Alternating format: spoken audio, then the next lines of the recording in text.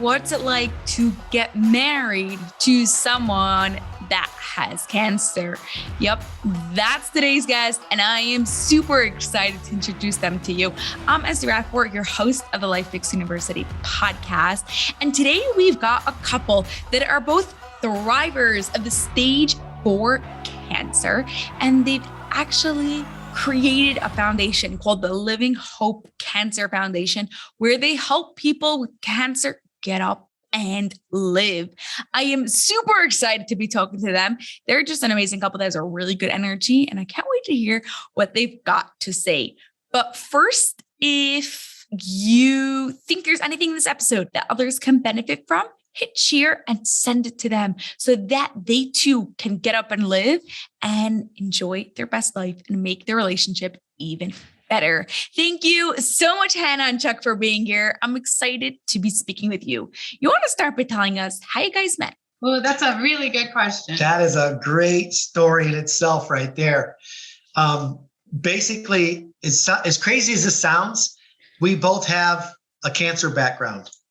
So I was diagnosed with stage 4 cancer in 2015 and went through an amazing journey, what we would call a miraculous healing. I really shouldn't be here right now. My cancer was so bad that I was put in hospice at the time. And so basically went through this crazy journey with cancer and wrote a book about it. And the book was just the story of how I made it through this journey of cancer, and started coaching people and helping people going through cancer.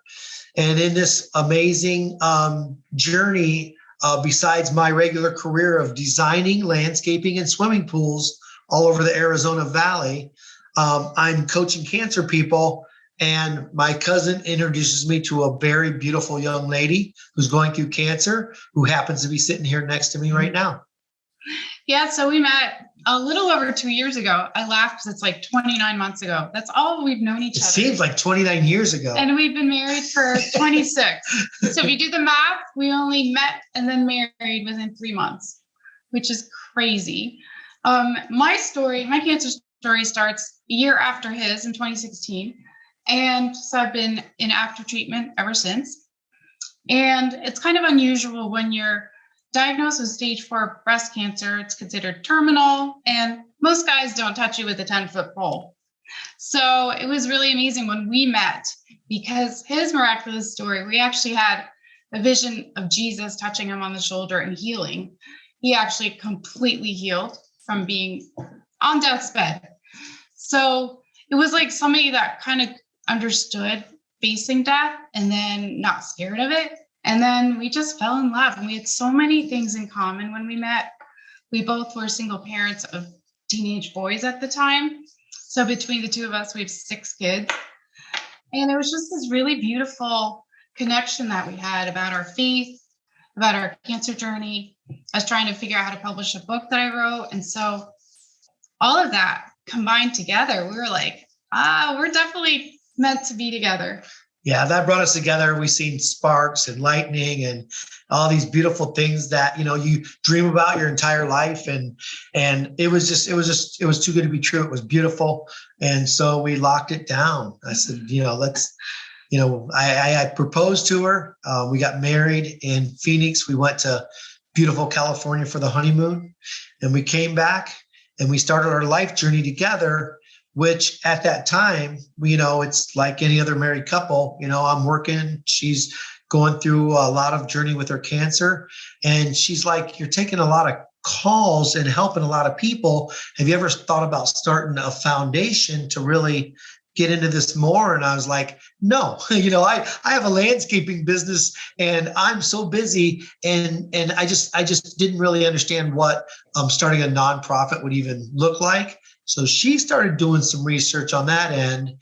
And in February of 2020, we launched Living Hope Cancer Foundation to just offer free cancer coaching, trauma coaching to anybody that reached out to us or that we found. Yeah. And so within 5 months of getting married, so we got married January 1st, 2020. Great year. In May, I actually found out, I had a lot of pain in my neck. and ended up in the ER beginning of COVID, all alone, and found out that the cancer had spread because I actually fractured my neck. So I had a fusion, wore a brace for 8 weeks. So, newly married, and all of a sudden, all this crazy stuff happens to me physically. Finding out it spread all in my chest, it's in my lungs, in my neck, and eventually traveled down my spine. And I've actually had 8 fractures since we got married. Like little, some are hairline, but big enough that I had another fusion in my lower spine. Couldn't walk for 3 months. Was in a wheelchair. He became my caregiver, a full-time caregiver. And so all of a sudden the dynamic of what we thought was like physically a healthy relationship all of a sudden became a different kind of relationship. We had to figure out through huge challenges. We just got married recently, we loved each other. So we had to figure out through challenges how to spice up the relationship, how to, get over hurdles, how to be there for each other physically, mentally, emotionally. Big one. So it's been an interesting journey. We're still in it right now. She's still in active treatment with her cancer. But I will say that we smile a lot, we laugh a lot, we hug a lot. It's the communication and all that stuff that goes into this. I think it's a amazing thing to share with people listening in, that they don't have the challenges we have. They're just maybe trying to get over small hurdles in their relationship. And so we hope that what we're going through influences people in a good way. Yeah, challenges could either make you closer or push you away. Like there's a really high statistic of couples who lose a child, usually like afterwards just get divorced because the pain is so big and they're just not there for each other. But really at the same time, it could be something that brings you closer together, and you build your entire relationship on that. It's amazing. What do you actually do when things are tough? Because there's always something going wrong and there's always something going right. But how do you make sure that your relationship is headed in the right direction? Well, a big component of that, to be honest, is our faith. So we don't just look to our own strength. We look to God for our strength. And that has made a huge difference for us. And I think what we've learned to do is just really communicate what our needs are, to be open. And it's been wonderful to be married to a man that actually is like really in touch with his emotions. But I think a lot of that had to do with that. You faced death and, found God in your story, and you actually will talk about how you feel. Like not a lot of men can do that or allow themselves to do that. And so that's been a really beautiful part. Yeah, it created a deeper understanding of life, and so when you do that, and then add the communication that we are really huge on, everything that goes on in our lives. And now we work together on this foundation. So from our careers to everything else, it's some serious communication, a lot of conversation about, the tough things and like you said, the beautiful things. And we always try to plan, something, surprise each other, or together say, let's just head out to California to the beach for a few days. So we try to plan the fun things in there also. And that right there is just like, we have a saying in our relationship that the honeymoon is never over. Oh, I like that. So even on hard days, we remind each other, like we actually have to tell each other, because that is such a big part of it. And like being vulnerable, being okay to be vulnerable in front of someone is hard, but it's such a requirement in a relationship. And so I think that's something that we've learned to do. Absolutely. What was something you had to learn or put into practice so that way your communication has reached the level that it is? I think the biggest thing is, I was in my 50s, she's in her 40s. We've both been married before. And I think that something that I had to learn, or that we learned together, was you're going to bring things to this relationship from your past. The things that trigger people and the things, all the baggage that causes problems. And what we learned was those are not deal breakers. Those are things that we're going to talk about and get through together. So learning that we've had a past and now we're in this relationship together, and it is beautiful, and we're going to make it more beautiful, and we're going to identify the little triggers and things like that as fast as we possibly can, talk about them and throw them away so that we can get on with the beautiful part of it. Yeah, like I laugh about this, but it's like, I used to get really annoyed with how he vacuumed or stupid things. It didn't matter. And I'm like, hey man, he's just vacuuming, just like clam up. And, it's just a lot of like trying to control and figure it out. And so it's like, these things are just not that important. And we've had to deal with some really important things in our relationship. So it's just all about perspective, Yeah. And I think whether you were married or you weren't married before, we all have stuff from our past. We all had childhoods that had things that happened. And we really have to recognize that we're taking our baggage along with us, and it's coming with us in a relationship. Marriage is not the hospital, and we actually have to work it through to make the relationship work. Absolutely. Yeah. Do you remember something concrete, right? Like, so more than the vacuum, something that was like real, like let's say stuff from a trauma or something like hard that happened in the past that you had to work out together in your relationship, and how you were able to do that? I mean, definitely the cancer issue. I mean, we get married and everything's stable, and we're hiking and biking and having fun. And then all these bones start breaking and tumors start showing up and treatments start and surgeries start. And all of a sudden my wife is in pain. And there's days where I had to help her sit up to feed her. So you want to talk about challenges. And I went from being a cancer patient to a caregiver and giving everything. A caregiver means everything that's important to you, put it off to the side for a while and take care of her, make sure she's comfortable. And so those sacrifices, understanding the importance of that.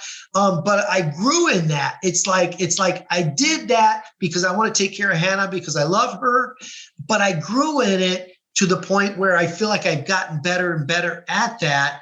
And so in a cancer situation, you deal with a unbelievable roller coaster ride of physical things, of emotional things. And so those are the challenges that we've had to deal with as a couple for the last couple of years. And I would have to say, as silly as this sounds, our relationship just keeps getting better and better. I have Not really silly. It's so incredible. I have a really good example though of facing something. So in the first couple of months that we got married and my neck broke, I ended up going on IV chemo. And so that's why my hair is so short. It's still growing out, but I had to shave my head. And so I had to, one day he's like, I'm just going to help you sit down, puts a cape on me, shaves it. And then he hands me the clippers. He's like, my turn. And he went bald when he went through chemo. So it made him face all of those emotions again, of kind of that trauma of like looking like a cancer patient. And I think that was like so beautiful that you're willing to go there for me. That was just huge. So I think that's just like the things that I think about when we have to face our past. For you, that was like a really big deal again to go through that. And so it was a big deal, but it wasn't. It was a big deal because my emotions in my past, but it wasn't a big deal because I'm going to do anything I need to do to support her. It was a big, I love you. Yeah. So when you're in the Chuck and the caregiver position, I don't know how much it still plays out now. Like every day. He does a lot of our chores. Yeah. I'm just back to walking again. I recently had more fractures in my pelvis. And, wow. Well, you look so good. You never guess it from what I see from you. I always say caffeine, makeup, and the Holy Spirit. I do put my face on it. We tell people we live it first and then we coach it. That's why we do very well at what we do as far as cancer and trauma coaching, is because we're in this crazy cancer thing ourselves. She's dealing with stage 4 breast cancer right now. And if you see people that are going through cancer, they don't look healthy and smiling like her, but we live it and we coach it. So it's been really, really amazing. What do you find is like the top 2 things that you think everyone should know, whether they have cancer or not? A big one is that cancer, the diagnosis itself is not, it's not like forever. It's a situation and it's not a sentence. And I think that is such a big deal, even with stage 4 cancer, when it feels like a sentence, to be able to live your life one day at a time and like make it a situational thing and just set mini goals and go those steps. It just makes such a difference for me having all these goals like that. Yeah. And we talk about cancer all the time because we're in the cancer world, but we completely understand that people have challenges every day, and it may not be cancer, but to them, it may be something as, big as us dealing with cancer, but even people's small problems and situations like that. So any situation is temporary. Which simply means if you get in that situation, and it doesn't matter if it's just a job that you hate or a boss you're not getting along with, if you get into that situation and think, I'm stuck here for the rest of my life, then that's a big problem. If you identify the toxic things around you and make changes, then you can take anything from a small problem to big problems, and you can identify them and you can make changes and you can live an amazing, happy life. Yeah. And the difference between that is like living like a victim or living victorious in your situation. And I choose to live victorious. So that's why you look like the way you do. I am full of life. And number 2 would be our motto is get up and live, which I happen to be wearing on my shirt.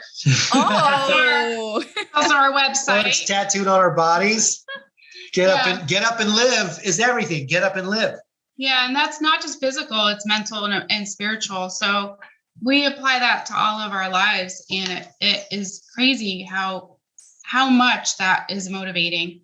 And that's also our website, little shameless plug, getupandlive.org. We have a ton of really good free resources on there. Yeah, Get Up and Live is the part where when you think about it, oh, Chuck and Hannah saying get up and live, and it enters your mind in whatever situation you're dealing with. The get up and live gets you thinking, how do I get up and live? How do I change a situation that I'm unhappy with and make it so I can live and get the most out of life? So we started out just saying get up and live for cancer patients to get off the couch, to get out of the bed, walk your dog, get in a swimming pool, get outside and get some sunlight on your face.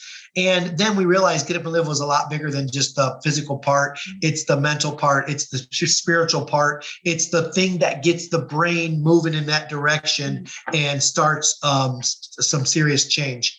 Yeah. As soon as you start not living anymore, just like sooner or later there's an end. So yeah.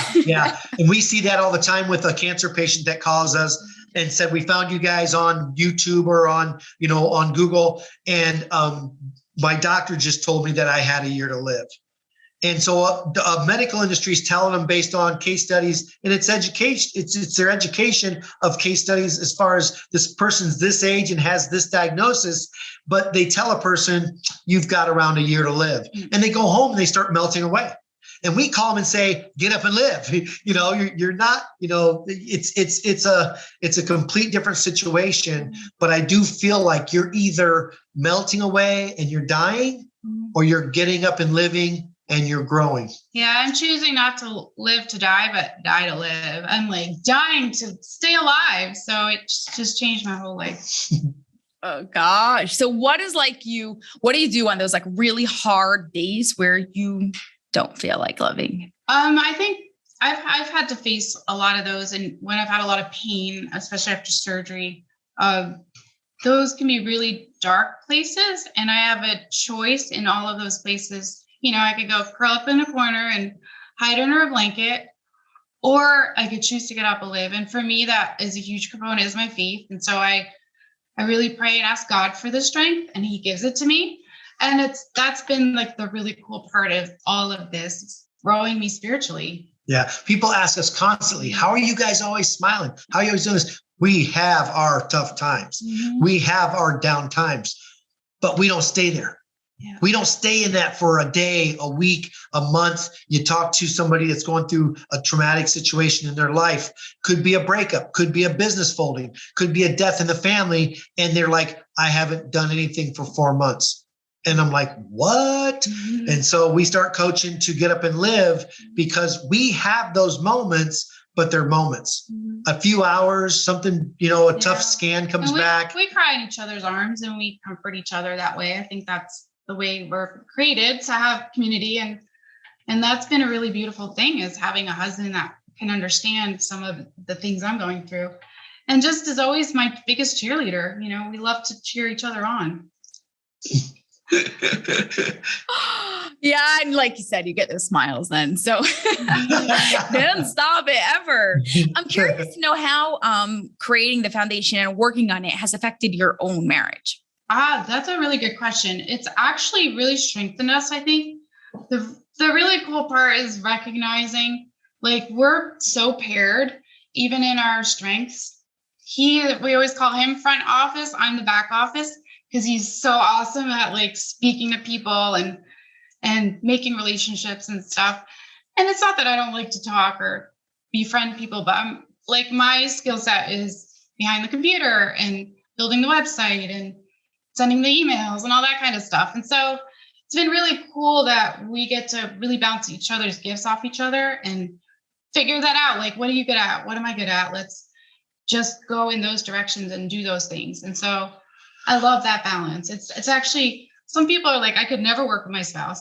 I only want to work with my spouse. Like, that has been really fun. He's my best friend. And so I love that I get to do life with him every single day in every part of our life. And even though like she has things that she likes to do and I don't like to do, I don't like to spend time designing the website, building the website, working on the computer, and all the stuff that you've got to do when you're sitting there designing t-shirts and things like that. I don't mind my throwing input and things like that into it, but I can't sit there for hours on a computer. I get a little crazy and have to run out the door and walk the dog or ride my bike or something.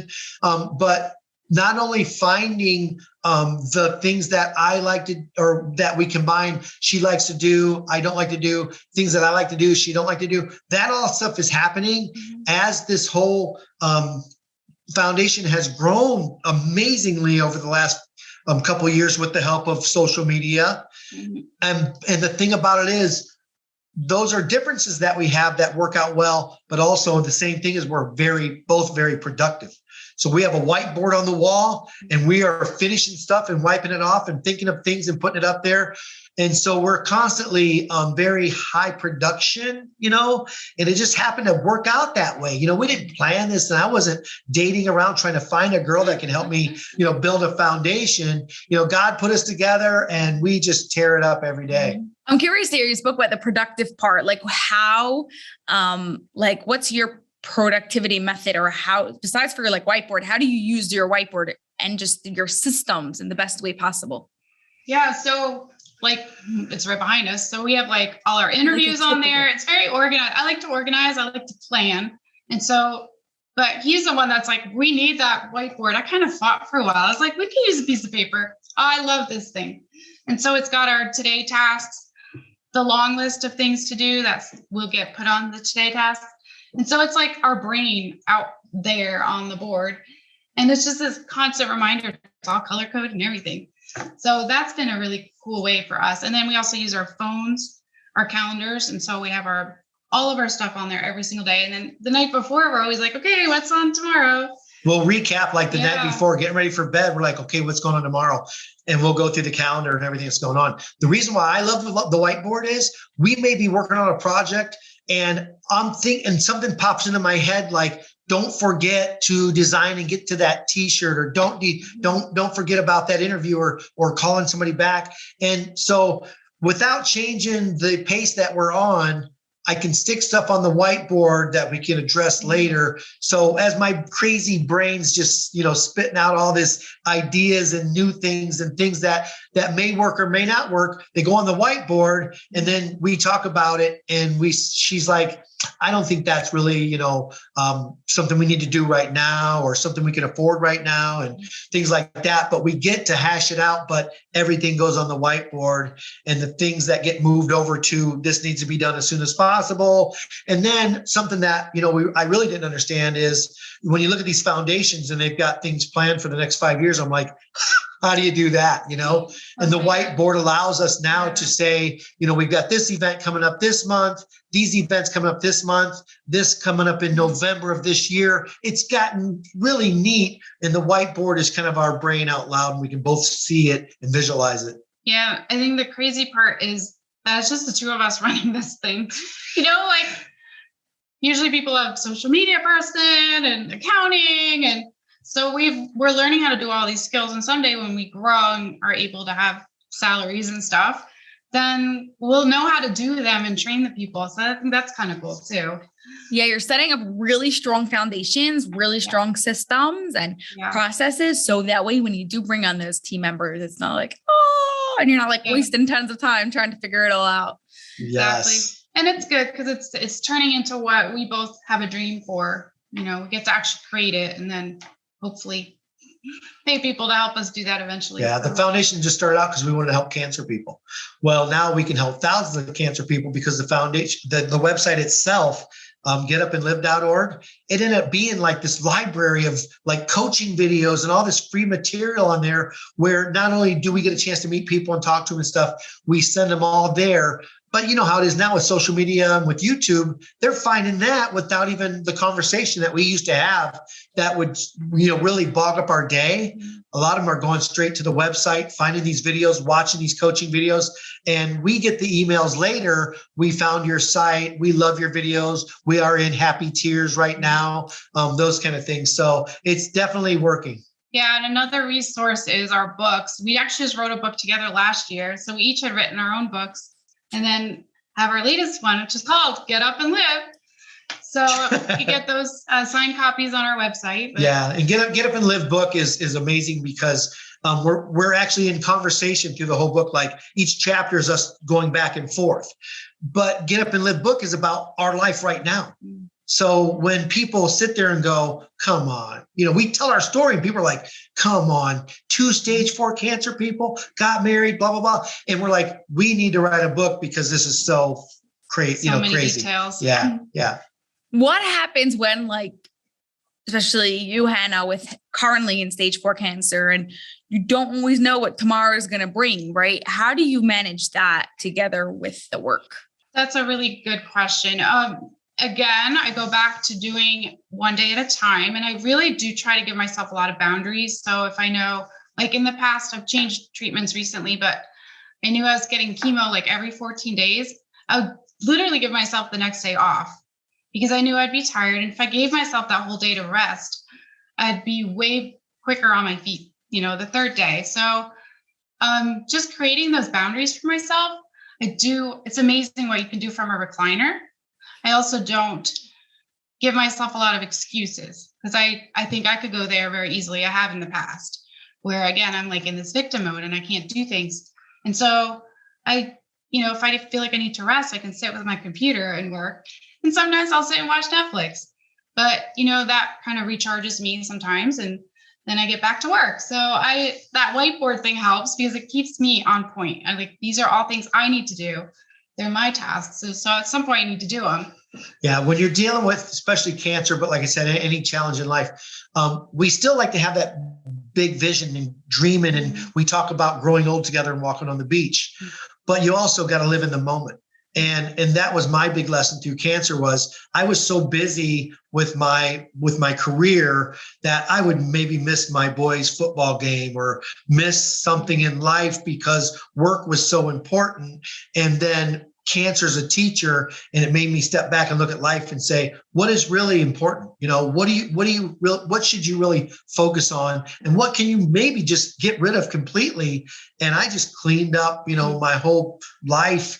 And so it's a big thing to coach living in the moment, being around your family, being present with the people you love, taking a vacation, even if you're just like, I can't afford this right now, but I'm pulling my hair out. And I'm like, get in the car and just go to the beach, spend a couple of days, just do something, go for a hike, go find a waterfall somewhere. These are things that life goes by so fast. And if you don't do these things, it's just a blur. And then it's really tough. So us being cancer people, we get to remind people every day to live in the moment, to get up and live on a daily basis. Yes. Yes. Now I'm curious a little bit, like, how did your kids deal both with your marriage and with your cancer? So currently they're 19, 20, 21, 22, 23, 24. They're all boys. Oh, wow. Okay. None of them live with us. They're all on their own. But when we got married, actually, each of our youngest lived with us. And they were both sets were thrilled that we found each other because, I don't know, they're at that age too where they're interested in girls and stuff. So I think they recognize like how nice it is to find somebody that loves you and is there for you. So his boys adore me and my boys adore him. So that's been really fun. The look on their face when I first, so she's got 4, I got 2, and they just blended right together. And they're out of the house now. So, it's a little tougher when you're raising kids and you're going through all this stuff. They're out of the house now. The last 2 weren't. But the first time I ever met them, the look on their face reminded me of my boys and what they've been through with their dad going through cancer. So they could totally relate. So it gelled so fast. Mm-hmm.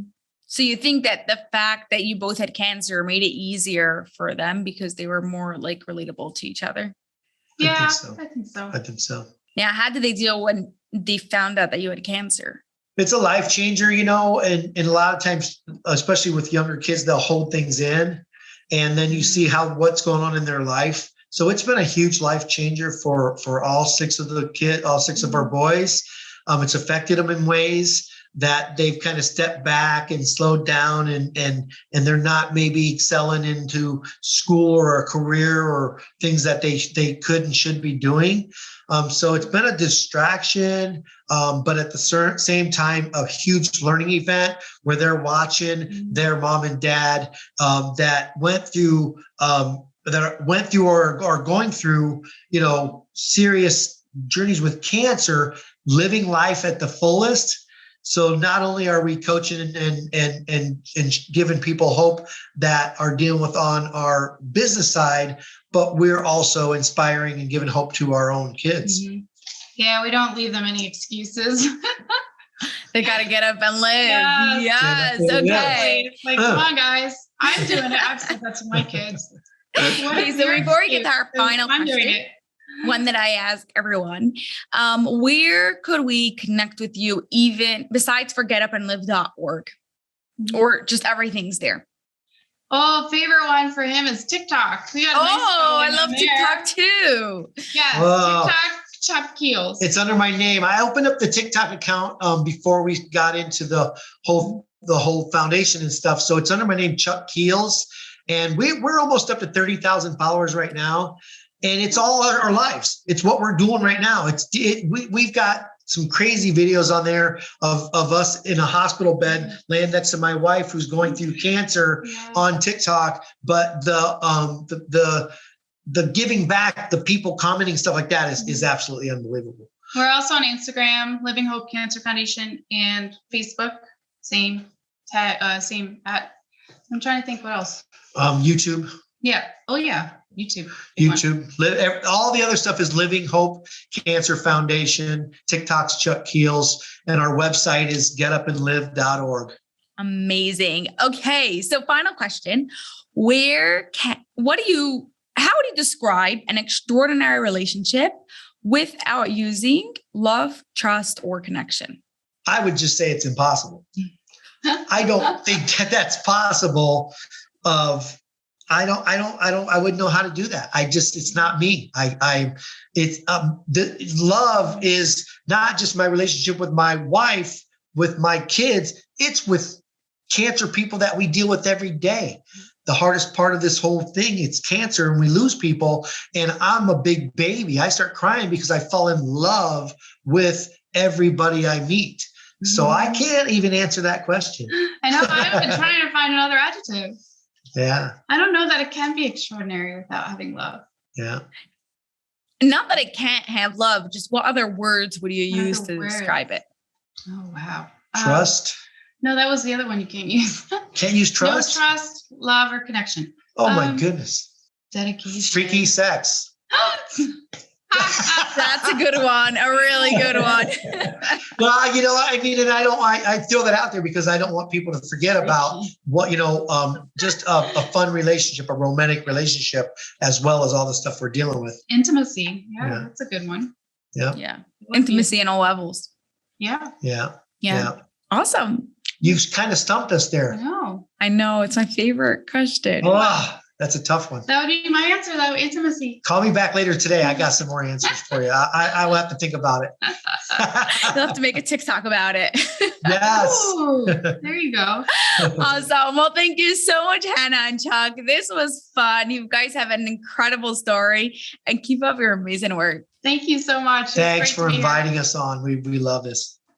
That's all for this episode of the Life Fix University podcast, but I have a huge favor to ask of you that will not only support the show, but will also help the people you love most. We are striving for 1 million downloads by the end of 2025, and we can't do this without your help. If you love this episode, please share it with 2 of your family and friends so they too can rewire their brains to have an extraordinary marriage. It was awesome spending time with you, and I'll see you on the next episode.